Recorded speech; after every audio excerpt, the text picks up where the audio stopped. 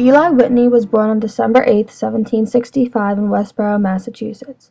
Growing up, Eli lived in a small house on a farm. Around the age of 9, Eli started to become good with tools. Eli often took things apart and put them back together. Before the French Revolution began, Eli began selling nails. He made them from scratch with his own nail-making machine that he put together himself. Business for selling these nails began to run smoothly. Whitney then decided to take courses for engineering at Yale University. Because Eli could not find an engineering job, he still needed money to pay for college, so he took a teaching job in South Carolina. Eli Whitney, while being in South Carolina, met Catherine Green, who he became good friends with. When Eli got fired from his teaching job, Catherine offered him to stay at her cotton plantation.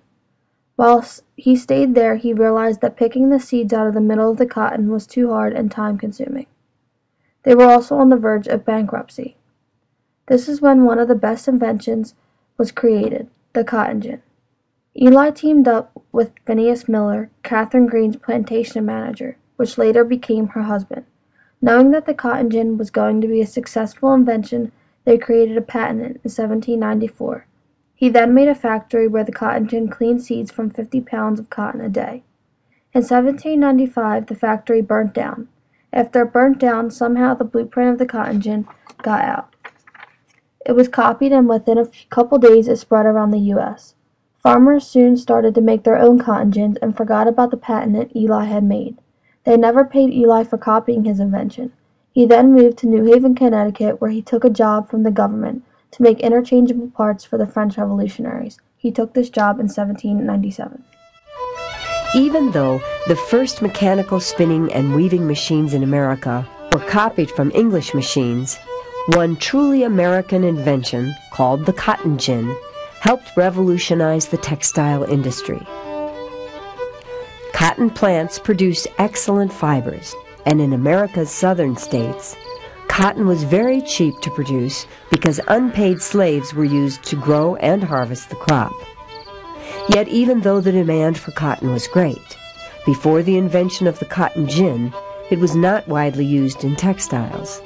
That was because cotton fibers are contained in the plant's seed pods, and before the fiber can be spun into threads, the seeds must be removed. Cleaning cotton was a very slow process when done by hand.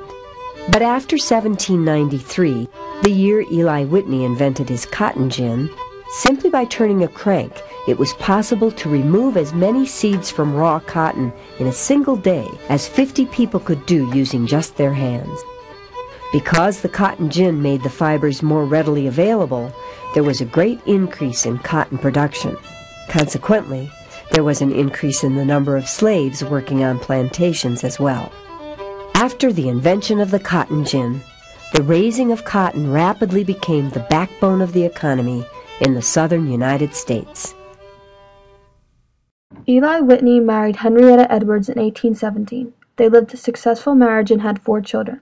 Eli became ill for a long time and passed away on January 8, 1825. We make our clothes and towels from it, squeeze cooking oil from its seeds, thread it into our dollar bills, and even use it to clean our ears.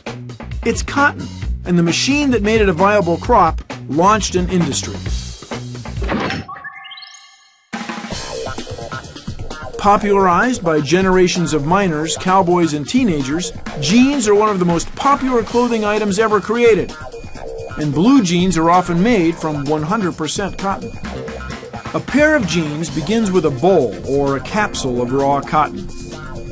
Today, cotton is the plant fiber used most often for clothing. The roots of modern cotton production go back thousands of years. As early as 3000 BC, people in the Indus River Valley in what is now Pakistan and India grew cotton and wove it into cloth.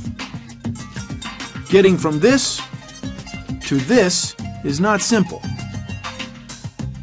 Cotton needs to be spun and made into cloth before it can be made into a pair of jeans.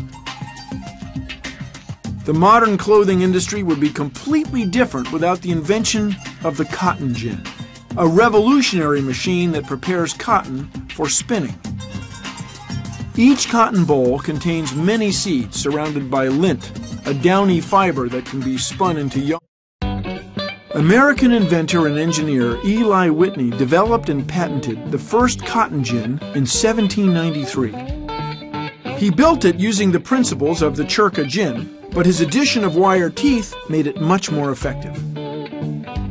This machine could clean 50 pounds of cotton in one day, which allowed cotton to surpass wool and flax in the textile market.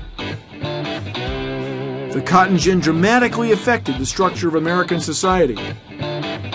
Slavery had been losing favor because it was becoming less profitable for Southern farmers. Many Northerners found it reprehensible. However, the cotton gin significantly increased the need for laborers in cotton fields, so many landowners returned to slave labor. The modern cotton gin dries, cleans, and bales cotton. Today, the crop grows in warm climates around the world, with China, the United States, and India producing the greatest quantities. Eli achieved a lot in his lifetime. Whitney was deemed father of American technology. Eli Whitney was made a pioneer for the industry-changing concept of mass production in the United States. Eli's cotton gin revolutionized the cotton industry in the southern states. He made things easier for the textile industry. It also helped separate the southern states from the Union and mask the Civil War. By doing this, it helped more people find jobs, all of this leading up to the Industrial Revolution. Because of Eli Whitney's inventing of the cotton gin, the technology-based machines would never be where they are today.